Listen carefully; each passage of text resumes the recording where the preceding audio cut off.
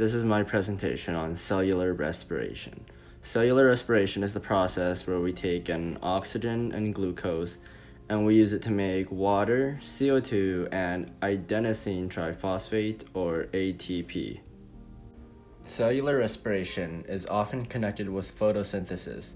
These two reactions are both incredibly similar and complete opposites. Cellular respiration takes place in three very confusing steps. Step 1 is glycolysis, and step 2 is the Krebs cycle, citric acid cycle, or the TCA cycle. The last step in the process, also known as step number 3, is called the electron transport chain, or ETC. Keep in mind that steps 2 and 3 are aerobic, meaning that they must require oxygen to exist.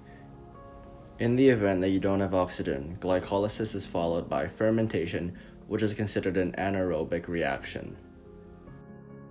Let's begin. Cellular respiration starts with glycolysis. This reaction takes place in the cytosol of the cytoplasm. The cytosol is the gooey fluid that the organelles are suspended in. Glycolysis begins with a 6-carbon glucose. To make energy, you must spend energy, so 2 ATP molecules come along, and the 6-carbon glucose turns into a 6-carbon sugar diphosphate. The 2 ATP molecules then turn into their lesser charged form, known as ADP, or adenosine diphosphate. The 6-carbon sugar diphosphate molecules then split into 2 3-carbon molecules. The 2 3-carbon sugar molecules undergo a number of reactions to become pyruvic acid. While these reactions occur, electrons are transferred and NAD+ becomes NADH and ADP becomes ATP. At the end of this, we are left with 2 molecules of pyruvic acid. Glycolysis produces 2 pyruvic acid, 2 NADH, and 4 ATP molecules with a net gain of 2 ATP molecules.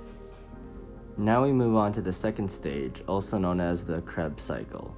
The Krebs cycle begins with 1 molecule of pyruvic acid.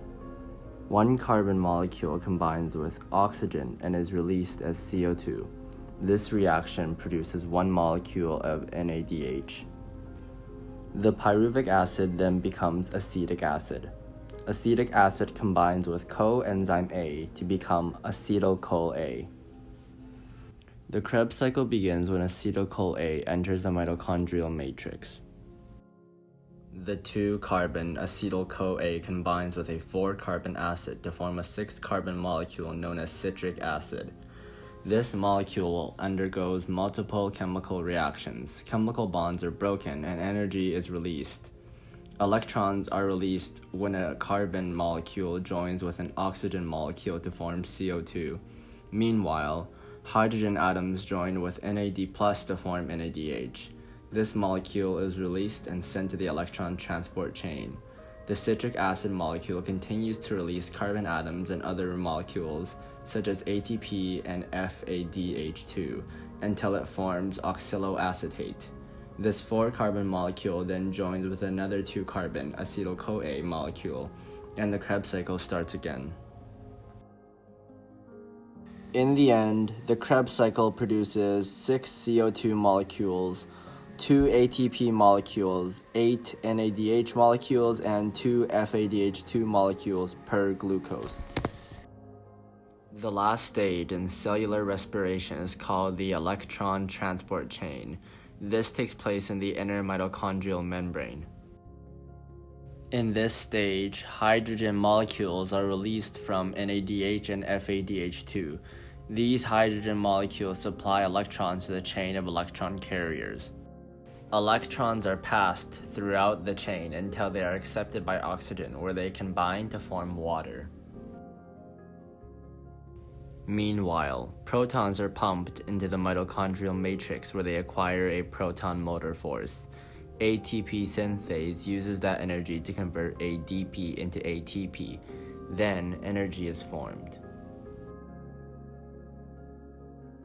In the end, the electron transport chain produces 1 H2O molecule and 32 ATP molecules per glucose. Both the Krebs cycle and the electron transport chain are aerobic, meaning that they require oxygen.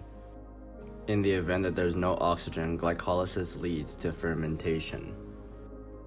Lactic acid fermentation occurs in muscle cells. This reaction occurs when glucose becomes 2-pyruvate. The 2-pyruvate then become 2-lactic acid or 2-lactate. They are converted via lactate dehydrogenase. During this reaction, 2 NADH molecules are converted into 2 NAD+ molecules. When you work out, lactic acid builds up in your muscle cells. This causes muscle fatigue and soreness. Breathing and stretching provide your muscle cells with oxygen that are used to break down lactic acid. The second type of fermentation is called alcoholic fermentation. This usually occurs in yeasts and bacteria. This process begins with glycolysis, which produces 2-pyruvate molecules. 2 CO2 molecules are released and the 2-pyruvate become 2 acetaldehyde molecules. Afterwards, 2 NADH molecules are converted into 2 NAD+ molecules, and we are left with 2 ethanol molecules. Fermentation takes place in the cytoplasm, and it produces no ATP. Fermentation converts NADH into NAD+. That way, glycolysis can then convert NAD+ back into NADH to produce ATP. Cellular respiration is the common thread amongst all living things, including plants, animals, protista, fungi, eubacteria, and archaebacteria. Cellular respiration is the process where we generate energy by converting glucose into ATP.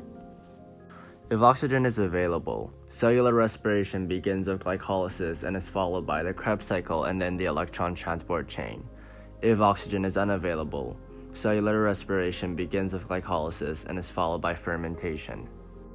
Cellular respiration is so complicated yet so marvelous. Without it, we would be dead. The end.